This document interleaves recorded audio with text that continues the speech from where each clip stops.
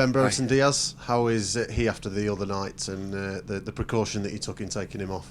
Yeah, we did. We made the correct decision, and it was a difficult one at the time because obviously the impact that Ben was having on the game and the impact that overall he's had on the team since he's been here. We've been delighted with him, but my conversation with him at half time is that we can't afford to lose him, and the risk and reward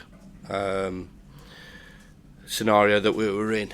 So we made that sensible decision, and he'll be okay for the weekend. Ivo Grbić and his concussion, is he going to be able to play this weekend, or is he out? No, he's out. So the concussion rules straight away kick into place. Talked about the decision at the time.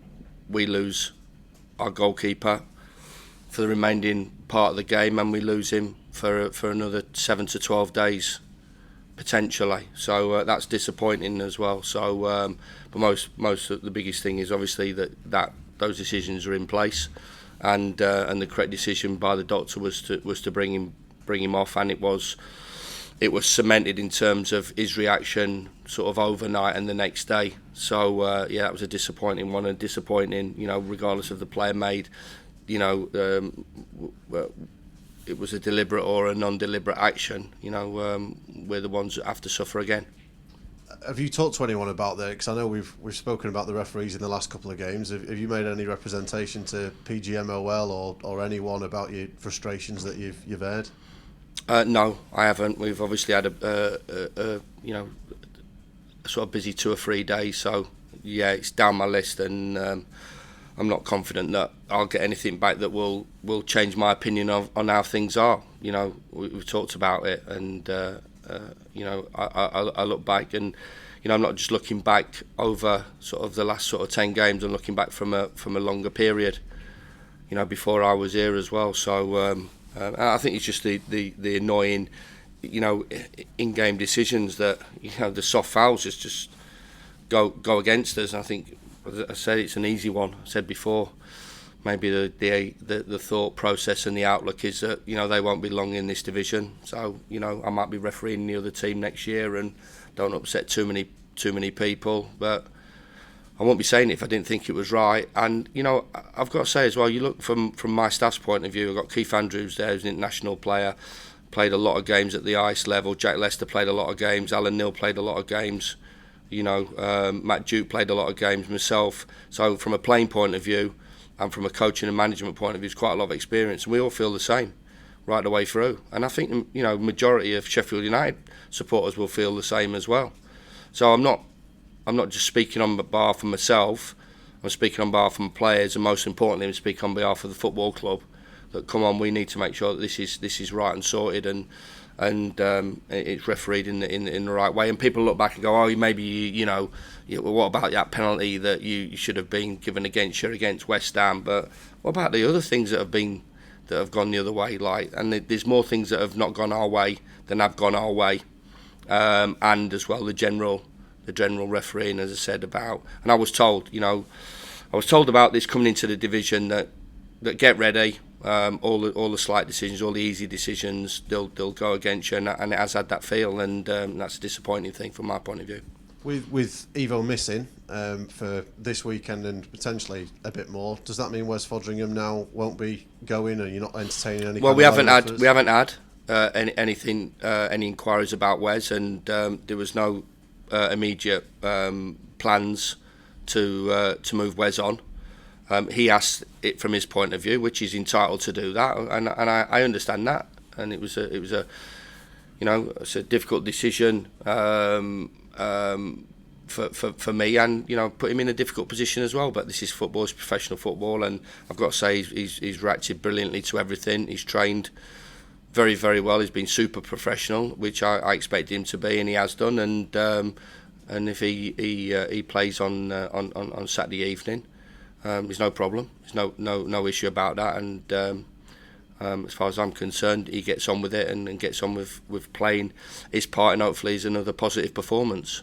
It's been reported that a deal's been agreed with Joe Worrell at Nottingham Forest to come in. Yeah, I mean, listen, Adam, you know that. You know what happens is a deal reported about players going out, a deal reported about players coming in. You know, that's just the timing of all this stuff. So you know, we won't unveil anything or release anything until everything's done. Buying club, player, selling club in terms of a loan, and medical and terms and everything like that. So I'm not going to get caught up in all stuff like that. We are actively looking to replace Basham / Egan, short to medium term, in this window. We have done. That was one of my first conversations with Prince Abdullah. What was needed, and all three positions that we looked at, the major positions from the first team, we have addressed 2 out of 3, and we're super confident that we can address all 3. Is there just one kind of target you're looking at today in terms of that right-sided centre-back? Because there's still talk around Mason Holgate and Harry Souter as well as Joe Worrell. I know you're not going to talk about names, but is it just one you're focusing on, or is there? I think you have to have options? You have to have a backup, and things incredibly change. And you know, I think the Peter Odemwingie sort of scenario sits firmly in the head of most football clubs in terms of what can happen and what might not happen as well. So until you see somebody with a pen in his hand with the old manager, you know, draped over him and wishing him all the best and welcoming him to the football club, I think, you know, that's what can happen. And so we make sure that we do everything to make that happen and cement those deals. Are you confident that this place that one will get over the line though? I know you can never say never, but yeah, we are, yeah. And I'd like to thank as well, like I said, the backing of the board, because they've been super and 100% behind what we've tried to do. There wasn't going to be major surgery to it. There wasn't going to be a wrecking ball to the group. You know, as I said, at the start of the window to the finish of the window, which is obviously, you know, we're fast approaching, and as well the contract situation regarding the young players. I believe it will be a really positive window, and so far leading up to it looks that way. Is the squad better now than it was at the start of the window, and do you feel that you've been given enough backing to give survival a real crack? Yeah, 100%. You know, it's a difficult one because we're not in a fabulous position from a league point of view, and we have to make sure that we look after the pennies and we're sensible, and that comes from me, you know, and I've always been like that in terms of sort of recruitment. And I think I've told you before, you know, my sort of journey in football has not been littered with a reckless approach, and you know, an open checkbook. Let's just sign everybody, and I'll walk off in a year or two's time, and the club's been in a terrible situation. You know, we've done things, we've made decisions as a football club. We make decisions from a recruitment point of view, from what we see, what we want, what we're after. Then it goes through the relevant channels into board, you know, into board approval with a presentation, and this is our idea, and this is the reasons why we're doing it. And every player has that situation. So you know, it was working with the group pretty quickly. Talked about that in previous interviews, what we need to do, how we need to address the approach from a playing point of view, how we need to address the belief and the confidence into the group, how to make that shirt light, the connection back with the supporters. So I think a lot of those things that we were looking to achieve, we have done. We need to affect the results more. You know, that is obviously my biggest thing now, or not, as always has been. You know, looking back at the group of fixtures that we've had leading up to this window or during this window, we haven't affected the result enough. And no hard luck stories. No, we should have got 3 points against Villa, and we should have beat West Ham, and we can't lose from 2-1 up against Luton, and other situations, even Palace situation. No hard luck stories. This, that, and the other. It is, and it always has to be a balance, and the balance is, you know, marrying up better performances, which I believe we are producing, and marrying it up with that with 3 points, stroke 1 point, and we have to do that sooner than later. Obviously, last time you were here, it took you 3 or 4 years to build a team that was challenging for Europe at the time. how long, kind of how many windows do you feel it might take to build another squad that you're really happy with, that you think's in a really good place? I'm confident that the rebuild that we need to do, we need to try to affect what's happening now, of course, and that's what the window's there for, the January window. The main window is in the summer. We've got a lot of boys out of contract. I'm super confident that we can rebuild. I still think this is a fabulous place to come and play football. Even now I'm getting, people talk to likes of Tom Davis and saying, he's available and he's available, and that this is a club that's still fighting, and it's still a very attractive club to come and play the football, to play at home every other week, to be supported by brilliant away support, that we've had right the way through my time here. The way we play, the way we go about the business, I think the way we coach and manage as well is attractive to players, whether they're loan players or whether they're players on permanent. I don't see an issue in terms of attracting players. What we have to do is get the recruitment right and absolutely spot on, and culturally get that right as well. And that doesn't mean that we're just fishing in one pond. We have to make sure that we look and get that right. But super confident, medium to long term, that we can nail that down. And there's no reason why we can't do that, regardless of what division we'll be in. In terms of outs, Ismaila Koulibaly, is he still one you're expecting to leave today? Yeah, I think there's been a deal done for him, and there's a couple of young boys as well that have really impressed. I think one of the things that have really impressed me is the way that the academy has really kicked on and accelerated, and there's some fabulous young players here. We're close to signing, renegotiating with a couple more. Gilly and Femi, two young kids out the academy. And you like Ollie Arblasters, Jebbersons, Asulas, Brooks, City Pecks. Hopefully I've not missed anybody, but that's 7 or 8 really good young players as well. And we understand whatever division we're in next season, whether it's the Premier League or the Championship, it can't be all about young players. But to have that group of young players coming through and progressing and impressing and wanting to be, wanting to play for me and wanting to play for the football club is incredibly important. And so that excites us as a coaching staff. My message to the supporters is that. Inwardly we're really looking forward to working with these young players, and it's important that pathway is there, and it has been, and it will carry on, and we're delighted and looking forward for doing that. But I think everybody understands as well that there has to be a certain balance to that as well, because the kids need the culture carriers around with them as well, and the experienced boys that know the way around a football pitch and know how to win 3 points as well. You mentioned Femi Sariki as one of them. It has been reported that he's already agreed a new deal and could be off to one of your former clubs, Rotherham. Anything you can confirm on that one? There's a number of inquiries about a lot of the young kids as well. We've had a couple of inquiries about Arblaster out of the Championship. No, is he out? We want to get him back fit. We want to get him involved in our first team. Jebberson, Ackford, other young players. They sought after young players, and I do believe there's a couple of things in there. They're talented. They're really talented footballers, but they've got a fabulous attitude. And I've got to say, if I was a manager at another club, I'd be looking at Sheffield United. If I was in the Champ and League One or League Two managing there, I'd be looking at Sheffield United and saying there's some really good young players there that are well-rounded, well-grounded young footballers that will be a great addition to our group.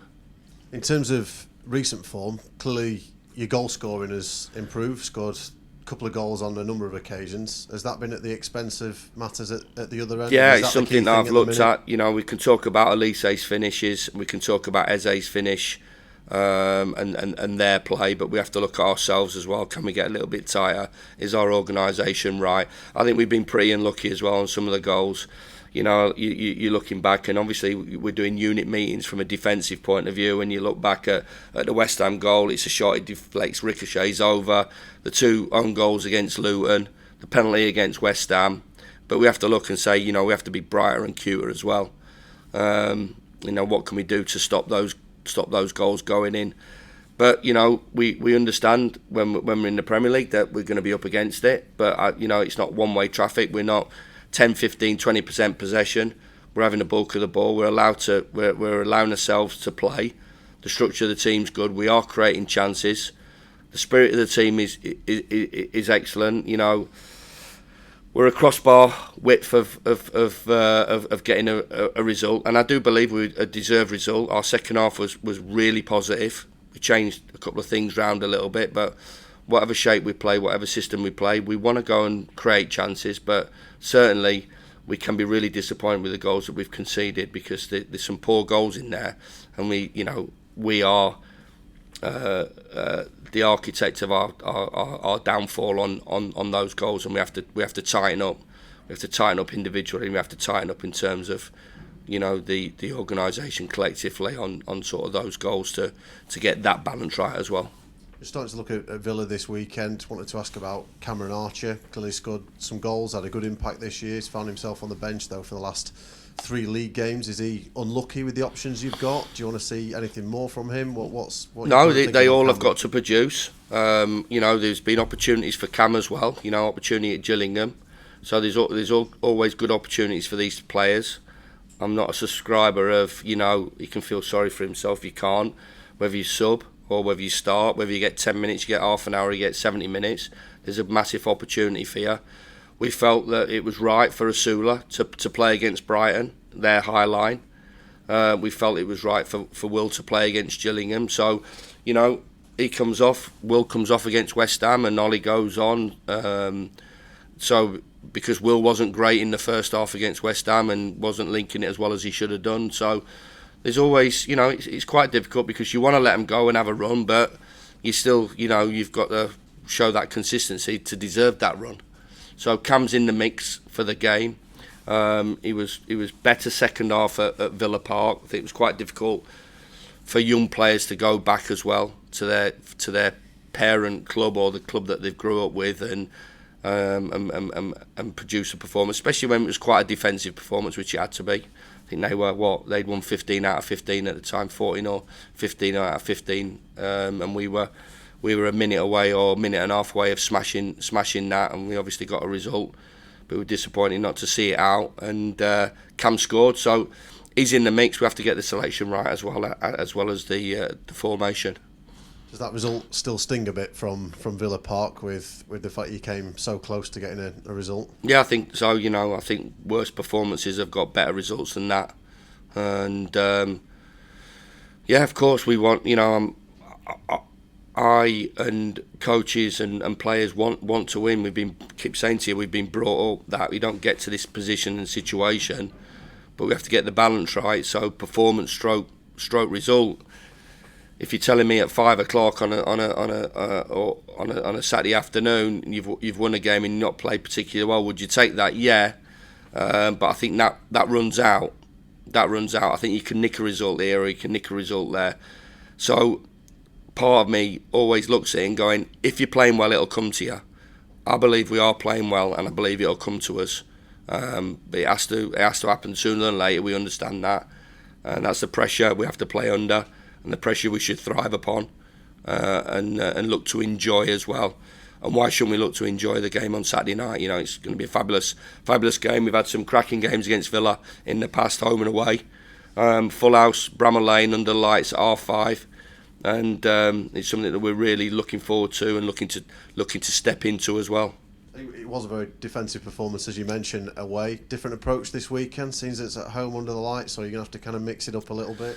Well, listen, we understand that they're a top side and really kicked on in the Premier League over the last 3 or 4 years. Got some fabulous players, so we're going to have to deal with that, but it ain't going to be a one-sided affair. Liverpool wasn't, Brentford wasn't, West Ham wasn't, Luton wasn't, and we have to make sure that, if we're being honest about it and sensible about it, the majority of points, if we are going to win games of football, are going to be gained at Bramall Lane. So we have to have a front foot positive mentality, and especially at home, and galvanise and utilise the support we have. And you know, as we all know, that when it does get rocking, and I'm sure it will be rocking on Saturday night, if we set the tone, then we can hopefully make it a really difficult evening for Aston Villa. Cheers, Chris. Good luck. Cheers, Adam. Thank you. You okay? Yeah, Chris, just one. Hi, mate. Hey, mate. Just to go back to the refereeing frustrations, I know it's down your list of priorities, but when you come to sort of focus on that, do you put something in writing to the PDML, or do you pick the phone up and have a more informal telephone conversation? Well, you have the opportunity when the referee's report comes in from the PG, MLO, OL, MLO, whatever it is. You have that opportunity of responding, and responded a couple of times. I'm not a serial responder that, you know, everything has to go for us. I understand that, and understand that, you know, some are tight decisions, but this is the general feel I have at the moment regarding where we're at, and obviously, you know, players going down and jumping back up is a bugbear. It really does annoy me, and I think that, you know, those guys have an opportunity to be a little bit firmer as well with the referees when they're basically trying to con the officials by going down, rolling about, and then getting up within 5 seconds and sprinting like you've never known. So, but then it does come to the situation where you can, and they are open for you to speak to the guys, to speak to Howard, to express your frustration, or talk to them about maybe certain situations that you're not too happy about. So they are open, and you can do that. Just one last quick one. Unai Emery's rightly so got all sorts of plaudits this season. Just what are your thoughts on what he's done to Villa? You just look at the results, but I've got to say our focus is I can't be, you know, too interested in apart from when we're playing against an opposing manager. He's obviously got a fabulous group of players there, a great historic football club, and they're at the top of the division for a reason. So we completely respect that, and hopefully, you know, we can show that there's something about us as well from a tactical point of view, and from a results performance point of view, that we can cause them a few problems on Saturday evening.